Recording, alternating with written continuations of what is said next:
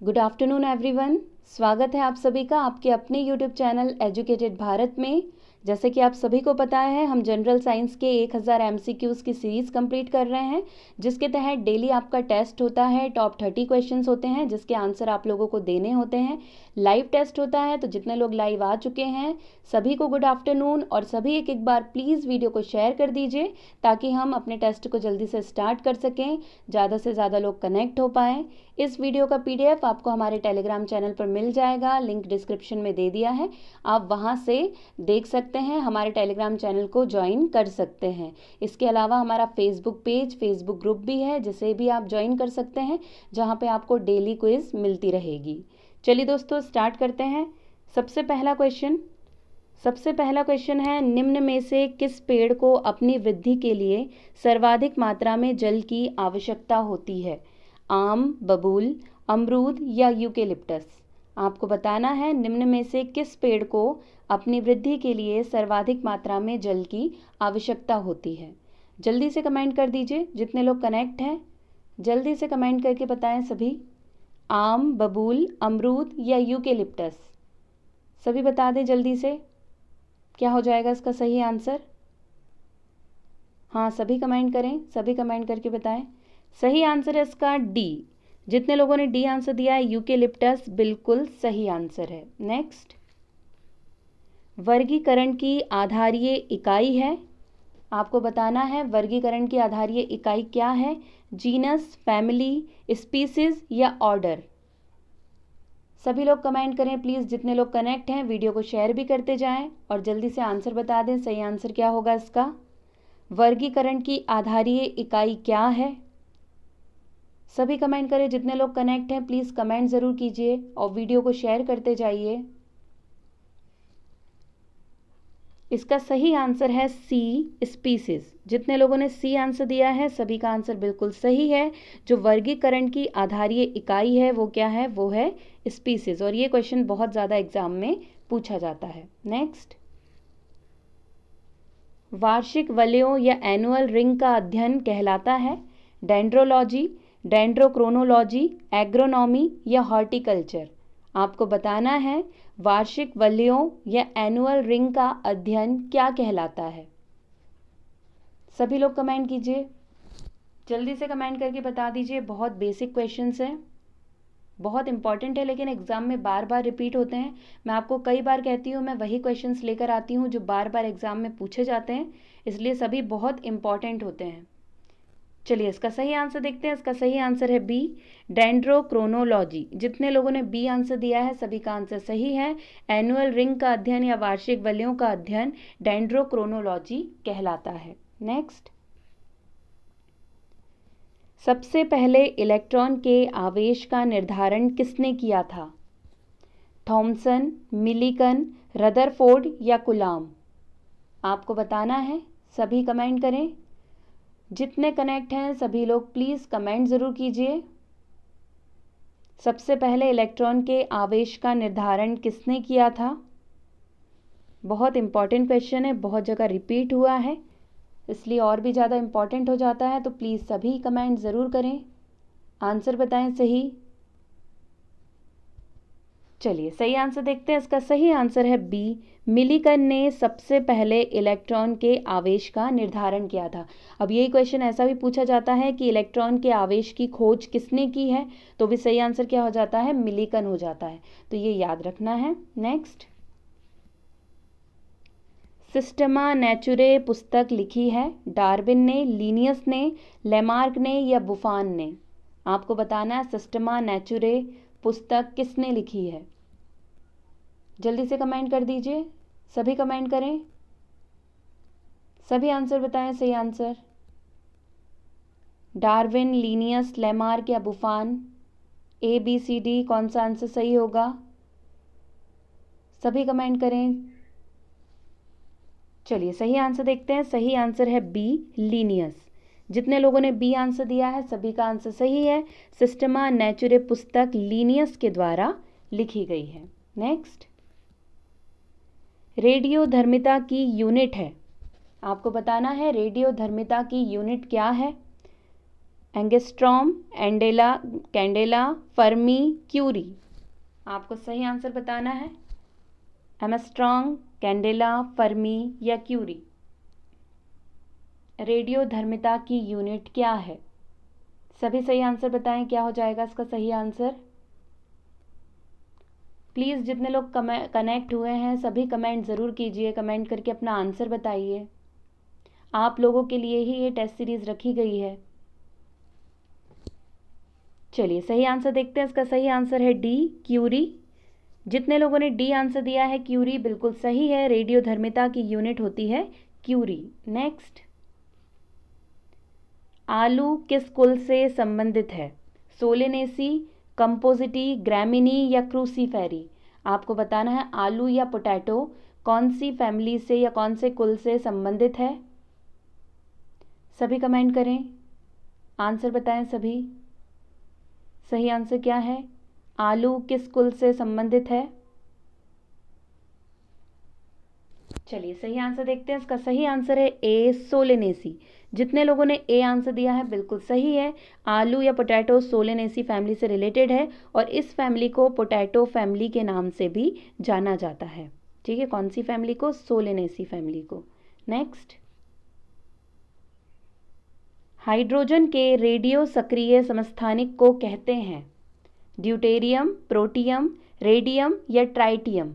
आपको बताना है हाइड्रोजन के रेडियो सक्रिय समस्थानिक को क्या कहते हैं? जो हाइड्रोजन का रेडियो एक्टिव आइसोटोप है उसे क्या कहा जाता है? ABCD में से आपको आंसर बताना है, सभी कमेंट करें जल्दी से। बहुत इंपॉर्टेंट क्वेश्चन है, कई जगह रिपीट हुआ है। सभी बताएं सही आंसर क्या हो जाएगा इसका। सही आंसर है इसका डी। जितने लोगों ने डी आंसर दिया बिल्कुल सही है, ट्राइटियम रेडियो एक्टिव समस्थानिक है हाइड्रोजन का। चलिए नेक्स्ट, यदि माइटोकॉन्ड्रिया काम करना बंद कर दे तो कोशिका में कौन सा कार्य नहीं हो पाएगा? भोजन का अवकरण, भोजन का ऑक्सीकरण, भोजन का पाचन या भोजन का अवशोषण। आपको बताना है अगर माइटोकॉन्ड्रिया काम करना बंद कर देगा तो कोशिका में क्या कार्य नहीं हो पाएगा। सभी बताएं, सभी कमेंट करें। जितने लोग कनेक्ट हैं प्लीज़ सभी कमेंट किया कीजिए। 2 बजे डेली क्लासेस होती हैं, सभी लोग लाइव आया करिए और टेस्ट ज़रूर दिया करिए प्लीज़। चलिए सही आंसर देखते हैं, इसका सही आंसर है बी। जितने लोगों ने बी आंसर दिया है सभी का सही है, भोजन का ऑक्सीकरण। देखिए यदि माइटोकॉन्ड्रिया काम करना बंद कर देगा तो सेल में भोजन का ऑक्सीकरण नहीं हो पाएगा। नेक्स्ट, मुलायम कोयला के नाम से कौन जाना जाता है? मुलायम कोयला के नाम से कौन जाना जाता है? पीट, लिग्नाइट, एंथ्रेसाइट या बिटुमिनस। आपको बताना है मुलायम कोयले के नाम से कौन सा कोयला जाना जाता है। सभी कमेंट करें, सभी बताएं सही आंसर। ABCD में से क्या आंसर सही होगा? जल्दी से कमेंट कर दें सभी, सभी बताएं जल्दी। चलिए सही आंसर देखते हैं, इसका सही आंसर है डी। जितने लोगों ने डी आंसर दिया है बिल्कुल सही है, बिटुमिनस मुलायम कोयला के नाम से जाना जाता है। नेक्स्ट, मछलियों और उनसे संबंधित उद्योगों का अध्ययन कहलाता है? हेलमिन्थोलॉजी, प्रोटोजोलॉजी, इक्थियोलॉजी या मैमोलॉजी। देखिए बहुत जगह पूछा गया क्वेश्चन है और बहुत इंपॉर्टेंट है। सभी जल्दी से कमेंट करें जितने लोग कनेक्ट हैं, सभी बताएं जल्दी जल्दी कमेंट करें सही आंसर क्या होगा। सभी करें, सभी आंसर दें, सही आंसर क्या है सभी बताएं। इसका सही आंसर हो जाएगा सी, इक्थियोलॉजी। ठीक है, इक्थियोलॉजी इसका बिल्कुल सही आंसर है। जितने लोगों ने सी दिया है बिल्कुल सही है, मछलियों और उनसे संबंधित उद्योगों के अध्ययन को इक्थियोलॉजी कहा जाता है। नेक्स्ट, निम्न में से कौन विद्युत अचुंबकीय है? नॉन मैग्नेटिक है, निकिल, कोबाल्ट, क्रोमियम या तांबा। आपको बताना है इनमें से कौन सा विद्युत अचुंबकीय है। सभी कमेंट करें, जितने लोग कनेक्ट हैं सभी कमेंट करें और वीडियो को शेयर करते जाइए ताकि और लोग भी कनेक्ट हो जाएं। जल्दी से शेयर भी करते जाएं और कमेंट करके बताएं सही आंसर क्या होगा। इसका सही आंसर हो जाएगा, चलिए सही आंसर देखते हैं, डी। जितने लोगों ने डी दिया है बिल्कुल सही है, तांबा इसका सही आंसर है। विद्युत अचुंबकीय होता है तांबा या कॉपर। चलिए नेक्स्ट 13 क्वेश्चन। ग्लोबल वार्मिंग के लिए उत्तरदायी गैस है carbon dioxide, carbon monoxide, nitrous oxide या नाइट्रोजन पर ऑक्साइड। आपको बताना है ग्लोबल वार्मिंग के लिए उत्तरदायी गैस कौन सी है। सभी बताएं सही आंसर क्या हो जाएगा इसका। कमेंट कीजिए, देखिए जितने लोग कनेक्ट हैं जल्दी से कमेंट कीजिए। बहुत इजी क्वेश्चन है लेकिन बहुत ज़्यादा इंपॉर्टेंट है। बहुत सारे मतलब जितने एग्जाम्स होते हैं उसमें ये एक बेसिक क्वेश्चन है जो पूछा ही जाता है। चलिए सही आंसर देखते हैं, इसका सही आंसर है ए। जितने लोगों ने ए आंसर दिया है कार्बन डाइऑक्साइड, बिल्कुल सही आंसर है उनका। नेक्स्ट, पीएच का निर्धारण किसने किया था। पीएच स्केल का निर्धारण किसने किया। लेवोजियर, प्रिस्टले, कैवेंडिश या सोरेनसन। आपको सही आंसर बताना है पीएच का निर्धारण किसने किया था। सभी कमेंट करें, जल्दी से कमेंट करके बता दें सही आंसर। पीएच का निर्धारण किसने किया है। पीएच स्केल के बारे में मैं आपको बता चुकी हूँ। पीएच का निर्धारण किसने किया है। चलिए सही आंसर देखते हैं, इसका सही आंसर है डी। सोरेनसन के द्वारा पीएच का निर्धारण किया गया है। ठीक है, सोरेनसन आपको याद रखना है कब किया गया है, तो 1909 में सोरेनसन के द्वारा पीएच का निर्धारण किया गया। प्रकृति में सबसे ज़्यादा मात्रा में पाया जाने वाला कार्बनिक यौगिक है ग्लूकोज, फ्रक्टोज, सुक्रोज या सेलुलोज। सभी बताएं प्रकृति में सबसे ज़्यादा मात्रा में पाया जाने वाला कार्बनिक यौगिक है कौन सा। कार्बनिक कंपाउंड है जो प्रकृति में सबसे ज़्यादा मात्रा में पाया जाता है। सभी कमेंट करें, सही आंसर बताइए। प्रकृति में क्या सबसे ज़्यादा मात्रा में पाया जाने वाला कार्बनिक यौगिक है। ए, बी, सी, डी, सही आंसर बताएं क्या होगा। चलिए सही आंसर देखते हैं, इसका सही आंसर है डी, सेल्यूलोज।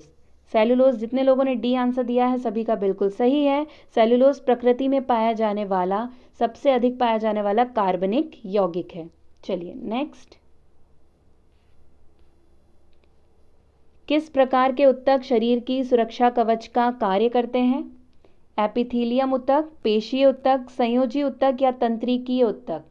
आपको सही आंसर बताना है कि कौन से ऊतक हैं जो शरीर की सुरक्षा कवच का कार्य करते हैं। सभी बताएं कौन से ऊतक हैं वो। जितने लोग कनेक्ट हैं प्लीज़ सभी कमेंट ज़रूर किया कीजिए, सभी आंसर बताइए। बहुत इजी क्वेश्चन है लेकिन बहुत इंपॉर्टेंट है। देखिए अगर आपका आंसर गलत भी हो जाता है तो आपको सही आंसर पता चलता है जिससे आपको ये लंबे समय तक याद रहेगा। चलिए सही आंसर देखते हैं, इसका सही आंसर है ए। एपिथीलियम ऊतक जो होता है वही शरीर की सुरक्षा कवच या बॉडी का सुरक्षा कवच कहलाता है। ठीक है, इसका मेन काम होता है बॉडी की सुरक्षा करना। नेक्स्ट, गोबर गैस का मुख्य अवयव क्या है। एथेन, मीथेन, प्रोपेन या एसिटिलीन। सभी को पता होगा, ये बहुत बेसिक क्वेश्चन है, जल्दी से आंसर दे दीजिए जितने लोग कनेक्ट हैं। गोबर गैस का मुख्य अवयव क्या है। एथेन, मीथेन, प्रोपेन या एसिटिलीन। सभी बताएं सही आंसर जल्दी से। इसका सही आंसर हो जाएगा बी। जितने लोगों ने बी आंसर दिया है मीथेन, बिल्कुल सही है। गोबर गैस का मुख्य अवयव मीथेन होता है।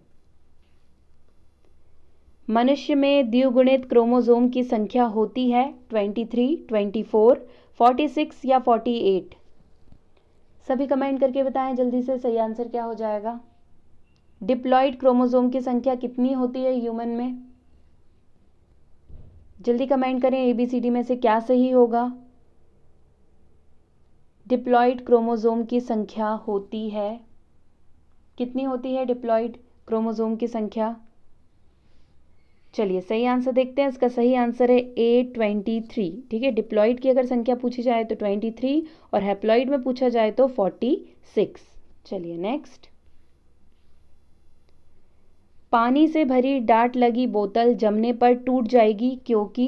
जमने पर बोतल सिकुड़ती है, जमने पर जल का आयतन घट जाता है, जमने पर जल का आयतन बढ़ जाता है, या कांच ऊष्मा का कुचालक है। आपको बताना है क्या रीज़न है कि पानी से भरी डाट लगी बोतल जमने पर टूट जाएगी। क्या रीज़न है इसका, सभी कमेंट करके बताएं। ABCD में से क्या सही आंसर होगा, जल्दी से कमेंट कर दीजिए। जल्दी जल्दी कमेंट करेंगे, आंसर जल्दी कंप्लीट होगा और सीरीज़ भी जल्दी कंप्लीट हो जाएगी। जल्दी से आंसर दीजिए ताकि हम जल्दी आंसर देख लेते हैं। चलिए, इसका सही आंसर है सी, जमने पर जल का आयतन बढ़ जाता है, इसलिए पानी से भरी डाट लगी बोतल जमने पर टूट जाती है। तो जितने लोगों ने सी आंसर दिया है सभी का आंसर बिल्कुल सही है। नेक्स्ट, परम ताप का मान होता है 0 degree Celsius, -273 degree Celsius, 100 degree Celsius या 180 डिग्री केल्विन। सही आंसर बताना है आप सभी को। परम ताप का मान होता है, जितने लोग कनेक्ट हैं जल्दी से कमेंट करके बता दीजिए।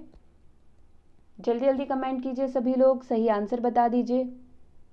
ABCD में से क्या सही आंसर होगा, परम ताप का मान होता है। चलिए, इसका सही आंसर है बी। जितने लोगों ने बी दिया है सभी का बिल्कुल सही है। परम ताप का मान होता है -273 डिग्री सेल्सियस, ये आपको याद रखना है। नेक्स्ट, हरा प्रोटोजोआ के नाम से जाना जाता है, अमीबा, पैरामीशियम, लिशमेनिया या युगलीना। सभी कमेंट करके सही आंसर बताइए। हरा प्रोटोजोआ के नाम से कौन जाना जाता है, अमीबा, पैरामीशियम, लिशमेनिया या युगलीना। सभी कमेंट करें ABCD में से क्या सही आंसर होगा। जितने लोग कनेक्ट हैं जल्दी जल्दी कमेंट कर दीजिए। जल्दी से कमेंट करेंगे तो जल्दी से सही आंसर देख लेंगे। हरा प्रोटोजोआ के नाम से। चलिए, सही आंसर है इसका डी, युगलीना। जितने लोगों ने डी आंसर दिया है बिल्कुल सही है। हरा प्रोटोजोआ के नाम से जाना जाता है युगलीना। नेक्स्ट, कास्टिक सोडा का रासायनिक सूत्र है NaOH, NaCl, NaHCO3 या Na2CO3। सभी कमेंट करके सही आंसर बता दीजिए। कास्टिक सोडा का रासायनिक सूत्र है, इनमें से कास्टिक सोडा का केमिकल फॉर्मूला कौन सा है। ABCD में से क्या सही आंसर है, जितने लोग कनेक्ट हैं सभी जल्दी से कमेंट करके बता दीजिए।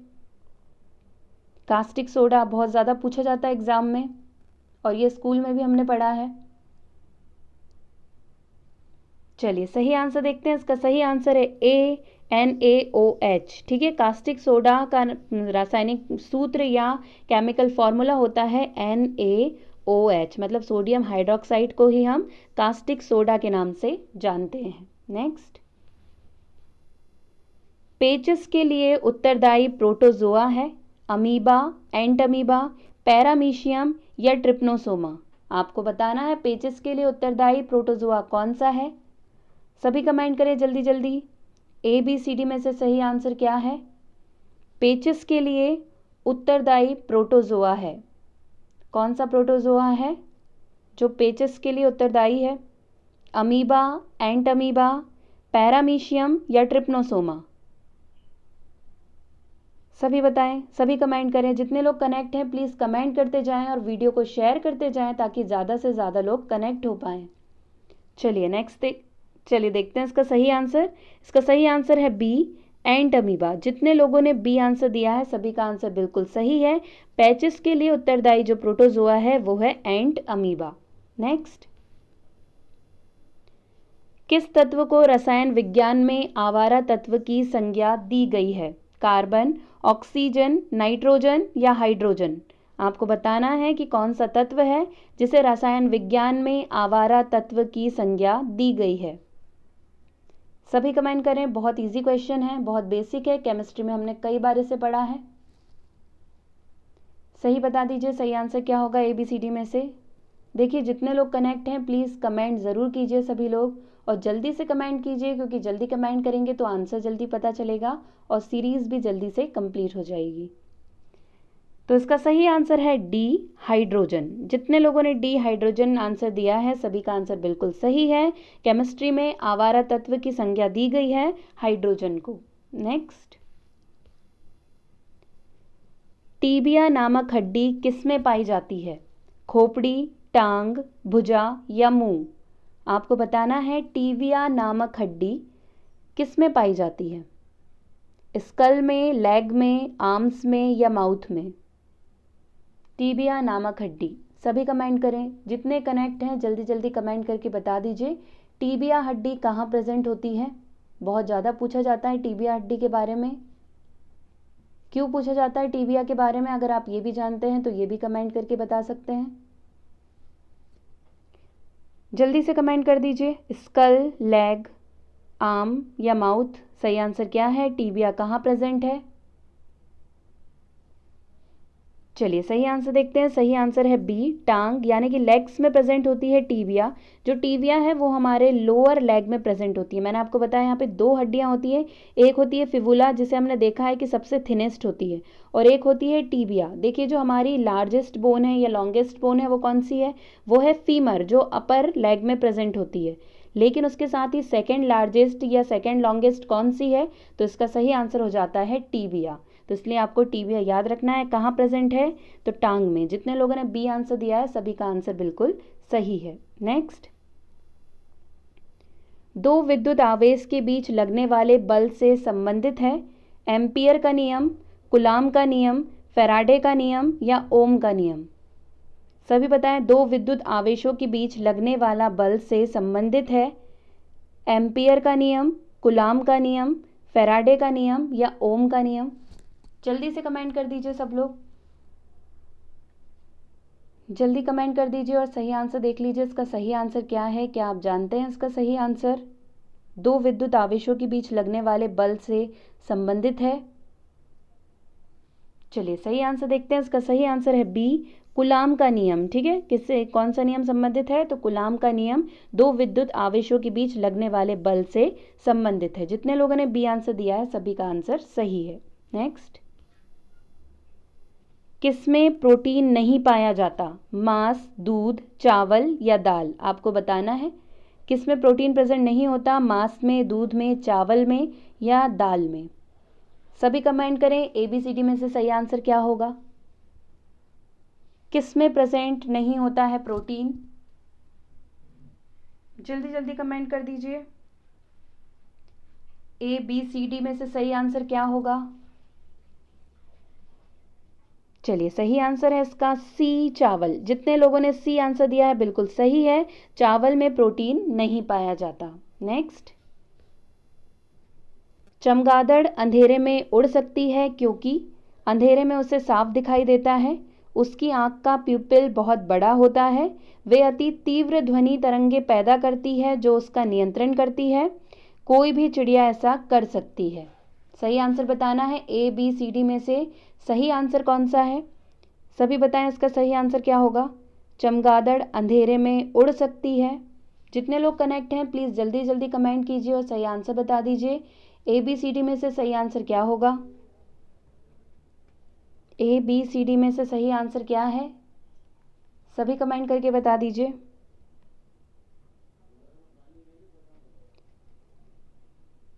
चलिए इसका सही आंसर देखते हैं। इसका सही आंसर है सी, वे अति तीव्र ध्वनि तरंगे पैदा करती है जो उसका नियंत्रण करती है, इसीलिए चमगादड़ अंधेरे में उड़ सकता है। तो जितने लोगों ने सी आंसर दिया है सभी का आंसर बिल्कुल सही है। नेक्स्ट, प्रकाश का वेग है, आपको बताना है ABCD में से सही आंसर क्या होगा? प्रकाश का वेग है, क्या सही आंसर होगा? ABCD। बहुत ही बेसिक क्वेश्चन है, कई जगह पूछा जाता है। जितने लोग कनेक्ट हैं प्लीज़ जल्दी से कमेंट कीजिए। सेकेंड लास्ट क्वेश्चन है, सभी कमेंट करें। ABCD में से सही आंसर क्या है? चलिए सही आंसर है इसका बी, प्रकाश का वेग होता है 3 × 10⁸ मीटर प्रति सेकेंड। तो जितने लोगों ने बी आंसर दिया है सभी का आंसर बिल्कुल सही है। नेक्स्ट, अभी लास्ट क्वेश्चन है, तो जितने लोग कनेक्टेड हैं सभी कमेंट ज़रूर करें। निम्नलिखित में से गलत युग्म को चिन्हित करें। Madam Curie dynamite, LG Bell telephone, JL Baird television या जेम्स बॉन्ड स्टीम इंजन। इनमें से कौन सा एक गलत है, कौन सा युग्म गलत है, आपको बताना है। सभी लोग बताएं इनमें से कौन सा एक युग्म गलत है। जितने लोग कनेक्ट हैं, देखिए लास्ट क्वेश्चन है, जितने लोग कनेक्ट हैं सभी कमेंट ज़रूर करके बताइए सही आंसर क्या हो जाएगा। सही आंसर बताइए सभी, क्या इसका सही आंसर है। ABCD में से क्या सही है? चलिए सही आंसर देखते हैं। इसका सही आंसर है ए, मैडम क्यूरी डायनामाइट। ठीक है, मैडम क्यूरी ने रेडियम की खोज की है, डायनामाइट की नहीं की है। डायनामाइट की अल्फ्रेड नोबल ने की है। ठीक है, तो ये वाला जो युग्म है ये कैसा है, गलत है। तो इसी पे हम टिक करेंगे। जितने लोगों ने ए आंसर दिया है सभी का आंसर बिल्कुल सही है। और यहाँ पे दोस्तों हमारे 30 क्वेश्चंस कंप्लीट हो गए हैं। आशा करती हूँ आपको वीडियो पसंद आया होगा। देखिए जाने से पहले वीडियो को लाइक ज़रूर कर दीजिएगा, इसे शेयर ज़रूर कर दीजिएगा। अगर चैनल पर पहली बार विजिट कर रहे हैं तो प्लीज़ चैनल को सब्सक्राइब ज़रूर कर लीजिएगा और बेल आइकन ज़रूर प्रेस करिएगा। इस वीडियो का PDF और पहले के जितने वीडियोज़ हैं सबका PDF आपको हमारे टेलीग्राम चैनल पर मिल जाएगा। उसका लिंक डिस्क्रिप्शन में दिया हुआ है, आप वहाँ से टेलीग्राम को ज्वाइन कर सकते हैं। फेसबुक ग्रुप, फेसबुक पेज भी है, इसका लिंक भी डिस्क्रिप्शन में है, आप उसे भी ज्वाइन कर सकते हैं। आज के लिए बस इतना ही। अब आपसे मुलाकात होगी एक नए वीडियो के साथ। तब तक के लिए पढ़ते रहिए, आगे बढ़ते रहिए। जय हिंद, जय भारत। Thank you.